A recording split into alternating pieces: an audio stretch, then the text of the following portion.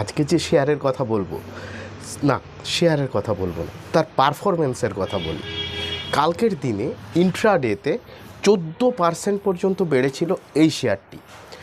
এর গল্প যদি বলতে হয় তাহলে কিন্তু এর আইপিও যখন আসে, অর্থাৎ 1 মাস আগে যখন এর আইপিও এসেছিল, তখন 291 টাকা ছিল এর দাম, এবং কমতে কমতে 227 টাকায় এসে পৌঁছয়।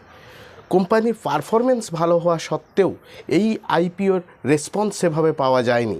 কিন্তু কী কারণে হঠাৎ করে এই কোম্পানির শেয়ারে এত গতি এলো? কোয়ার্টারে এই কোম্পানির নেট প্রফিট ডাবল হয়ে গেছে, 119% বেড়েছে এর নেট প্রফিট। নেট ইন্টারেস্ট ইনকামও 224 কোটি টাকা থেকে 343 কোটি টাকায় পৌঁছে গেছে। টোটাল ইনকামও বেশ বেড়েছে, 52% বেড়ে গেছে টোটাল ইনকাম। মুথুট মাইক্রোফিন্যান্স যে কোম্পানির শেয়ারের কথা বলছি, তাতে কিন্তু ইনভেস্ট করতেই